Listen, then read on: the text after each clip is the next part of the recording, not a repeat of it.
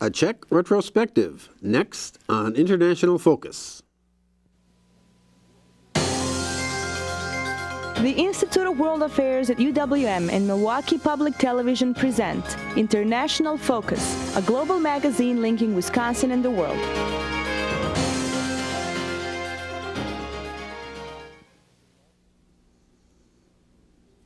Welcome to International Focus. I'm Doug Savage, Assistant Director of the Institute of World Affairs at UWM.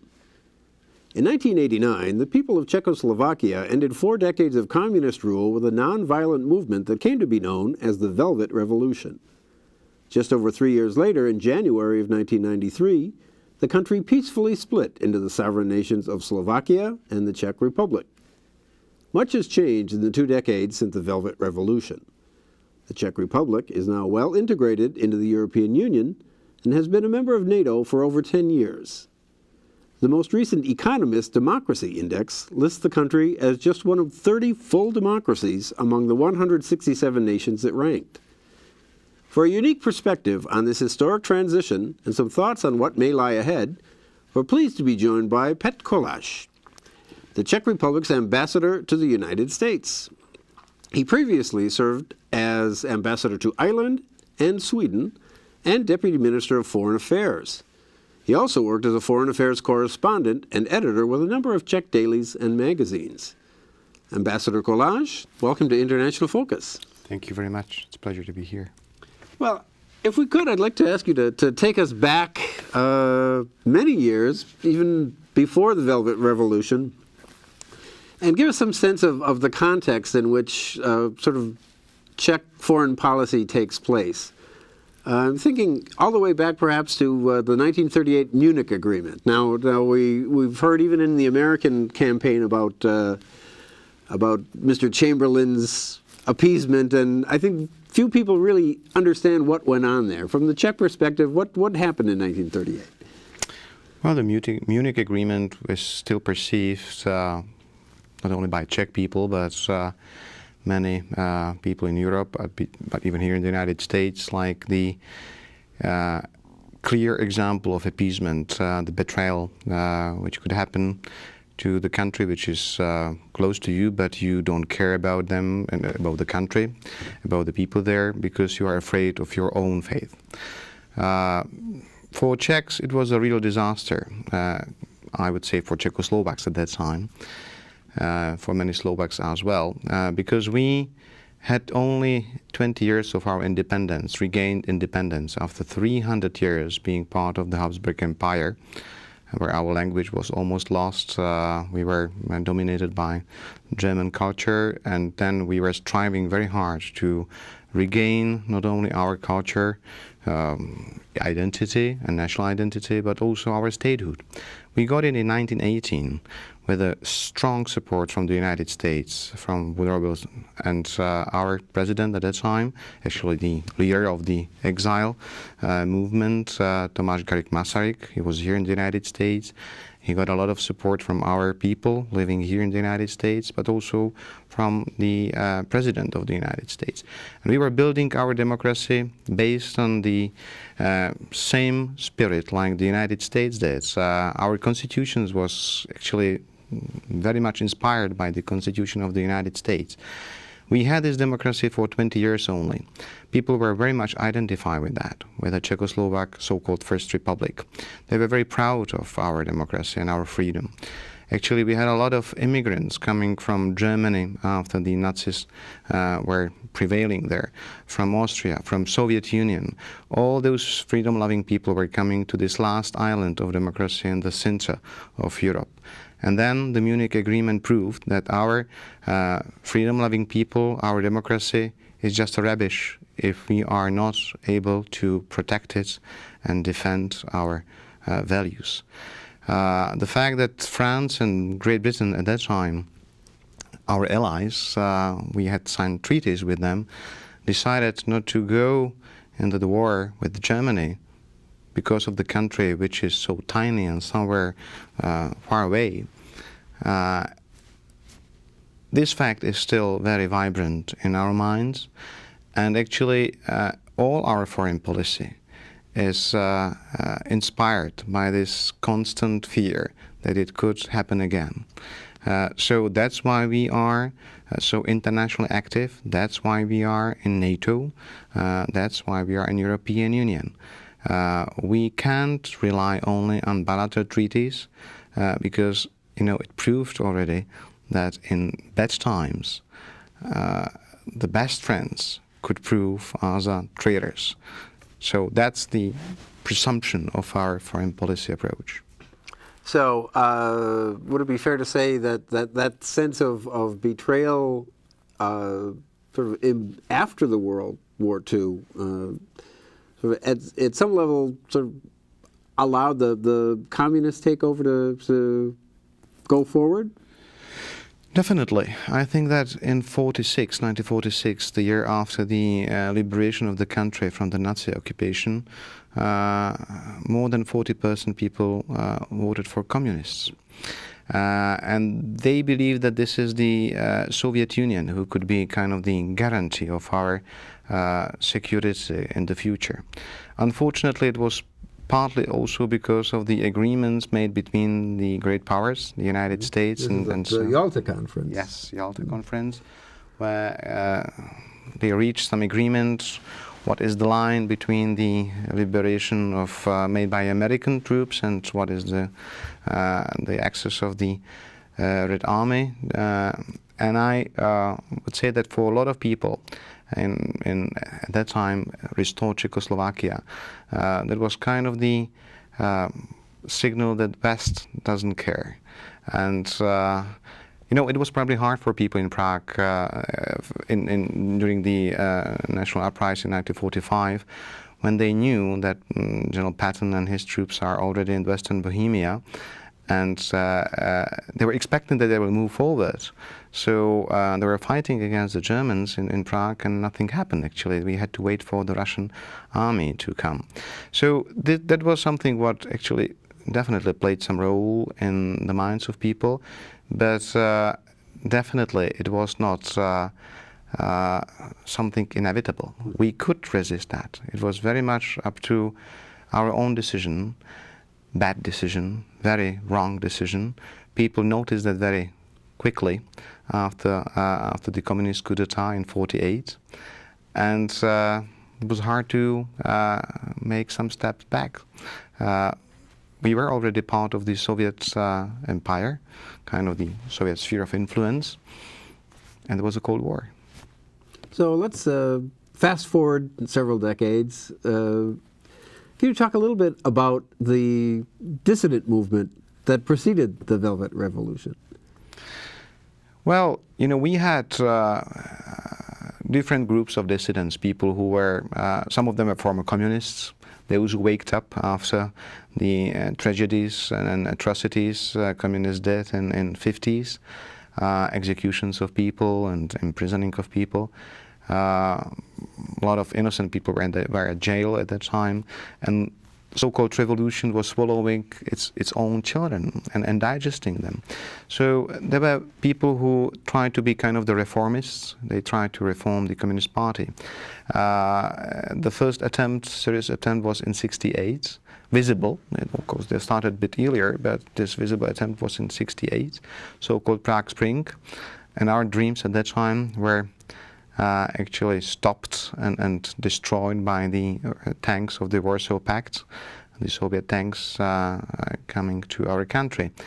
From that time, the another dark period in our history became real, so-called normalization.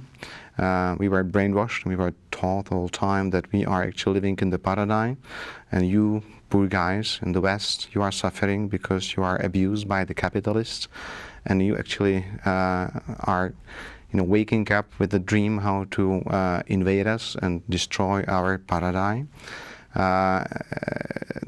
That's what we were taught in schools. Then we went outside of the schools and we were standing long lines for the toilet paper and some bananas to get them for the Christmas table. And actually this difference between reality and Hippocratic way how we were actually instructed what we are and how we live in this paradigm, was another source of dissidence. A lot of people were coming, from the intellectual circles, but a lot of ordinary people were joining the effort to change this hypocritic, corrupted regime. It was maybe not so visible from outside, and especially because of the very effective propaganda of the communist regime. Those people were oppressed, and they were, a lot of them, totally isolated. Many of them were without permission to work, actually, and at the same time they were forced to work because it was illegal to be unemployed in that time. So this group, let's say groups of people from different angles of the society who were resistant and who were trying to change this regime, or at least somehow to reform it, was kind of the quite colorful mosaic of different views. We could call it resistance or dissident resistance. But once the change of regime came in '89, you realized how those groups are fragmentalized, how different ideas and ideologies are among them, and there was no real one ideology. It was just one enemy. It was the communism. But once it disappeared, we started to have a quite normal, democratic, pluralistic life where those former friends started to compete politically. And that's how our democracy worked until today. So tell us a little bit about just sort of the spirit on the street in those first days after the revolution. Well, I would say that this spirit was something fascinating. The explosion of positive emotions and positive expectations. But prior to that, you saw that the resistance of people became very touchable. It was really, it was growing dramatically. I wouldn't expect that it could happen during my life. We were planning with my wife to escape from the country. She was pregnant second time, and we wanted to have our second baby be born in a free world. And we didn't believe it could collapse. Even after the fall of the Berlin Wall, we were ashamed that nothing is happening in our country. But it was not visible so much, but the resistance was growing. And when the communist police in November 17th, '89, started to beat students on the streets, then that was the impulse, even for their parents, that we have to do something with that. And this fascinating crowd of people, not only in Prague, but in other cities as well, even in the country, marching together and shouting that it was enough and we need to have free elections and pluralistic society, political society. That was so encouraging, so charging. You were suddenly proud to be part of that. A lot of people who were ashamed that they are Czechs living in the communist country, because this is not the nature of Czechs to be. It was just by unfortunate historical coincidence. They suddenly became very proud of it. So, what we are able to do as a nation, how we can peacefully change this regime. Well, very good. And we'll get into what some of those changes have yielded in the last 20 years when we come back. Right now we're going to take a short break. To our viewers, we'll be back shortly on International Focus. The Institute of World Affairs presents our community with a range of public programs relating to global issues, U.S. foreign policy, and the world economy. For more information about the Institute of World Affairs, call 414-229-3220 or visit our website at www.iwa.uwm.edu.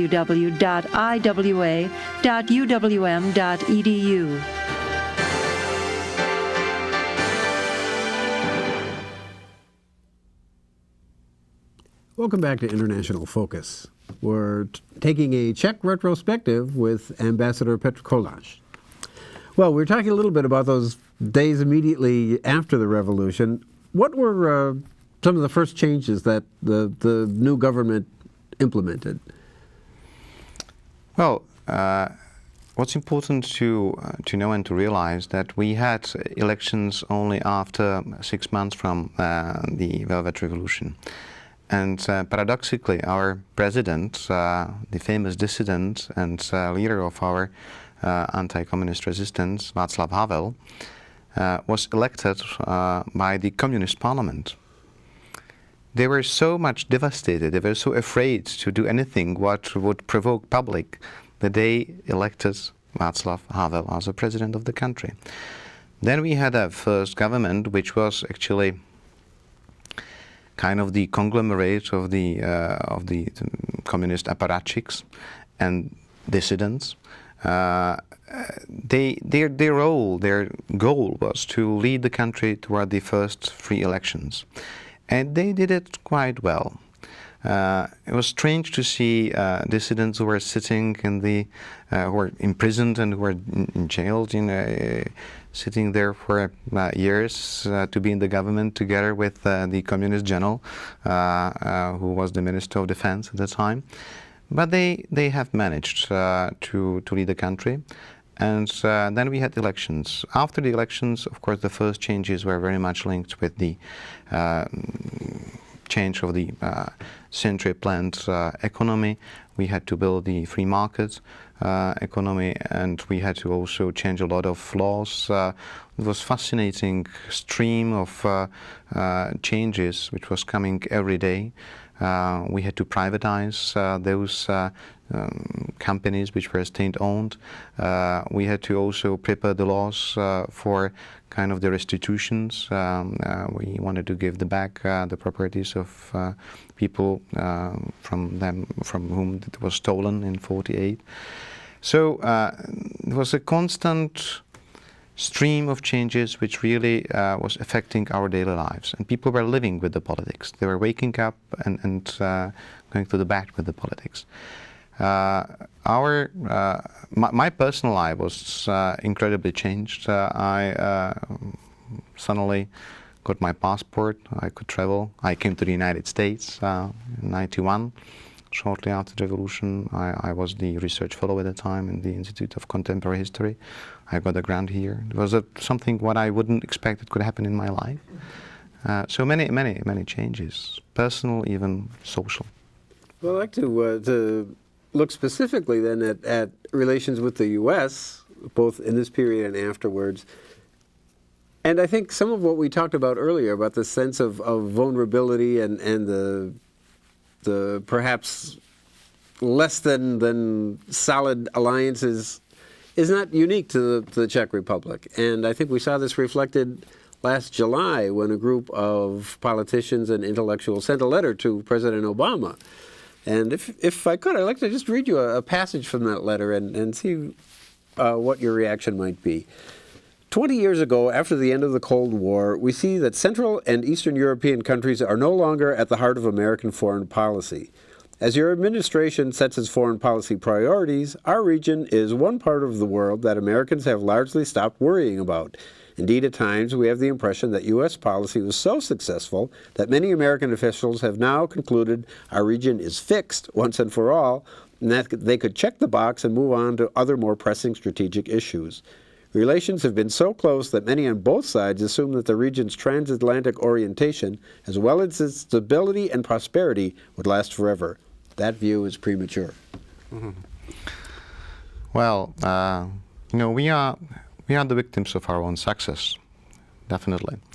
Because what happened in Central Europe, this is the success story.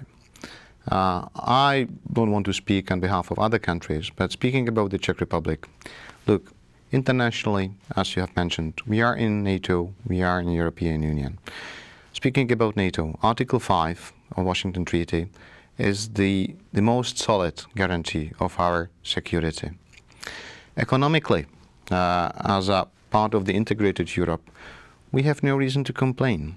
Our growth is quite constant. Of course, there were some ups and downs, as always. But today, you see, even in the global crisis, it's pretty stable. We didn't have any financial crisis, actually. We are part of the global economic crisis because we are very much export-oriented. And if the demand for our products is slower or it's weaker abroad, of course our economy suffers a bit.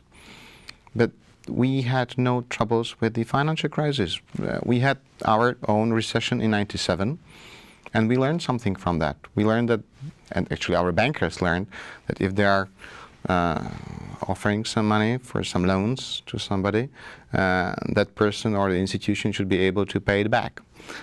Quite simple, but and quite conservative, but healthy approach.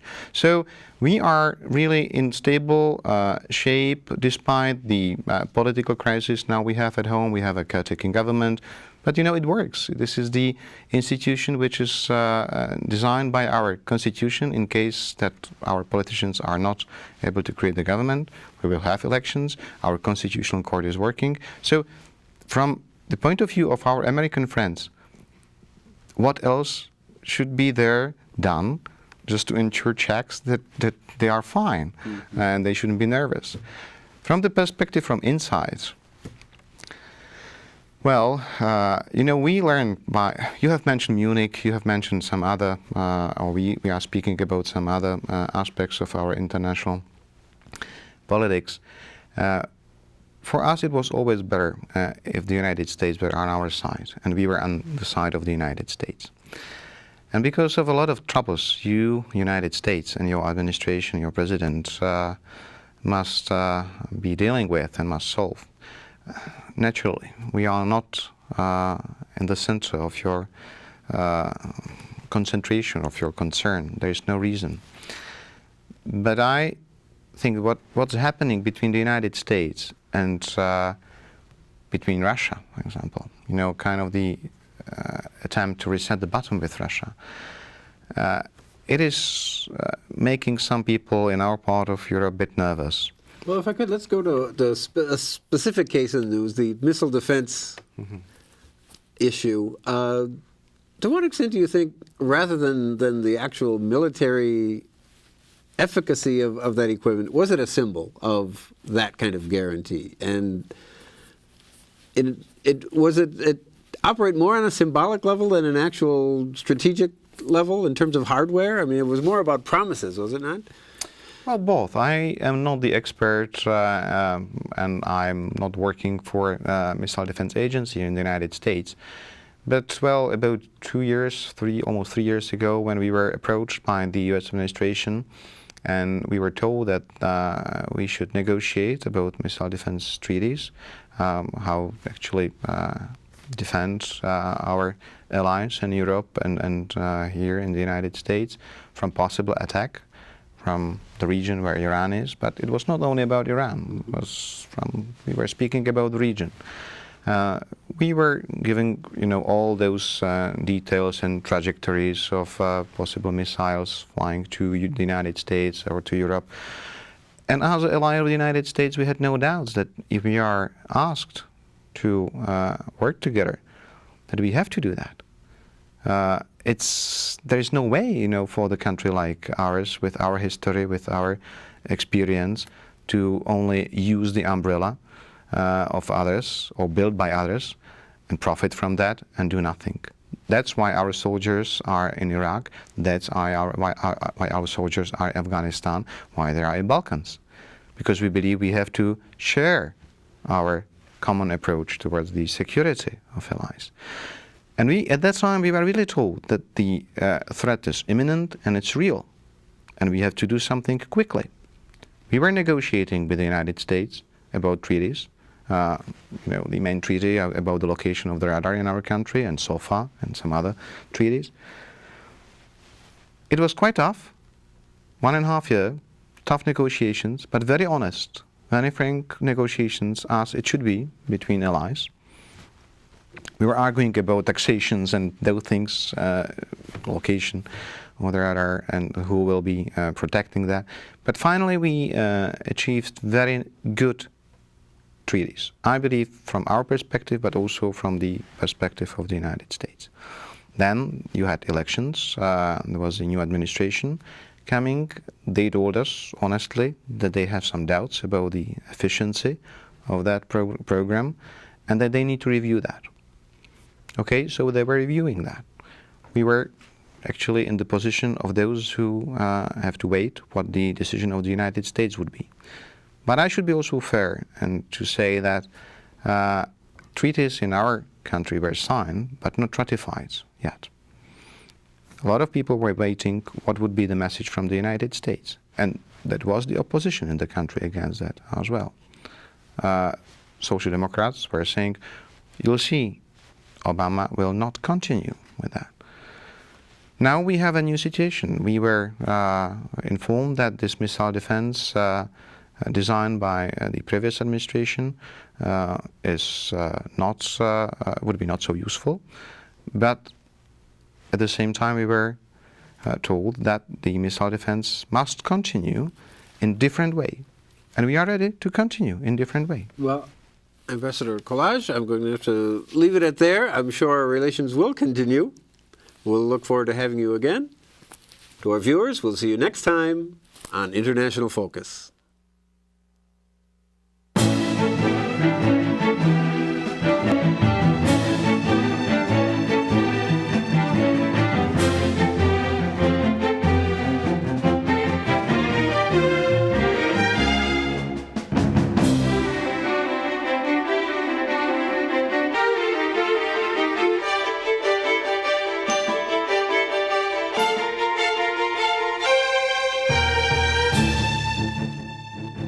For information about the Institute of World Affairs and its many programs, or to become a member of the Institute, call 414-229-3220 or visit us at our website.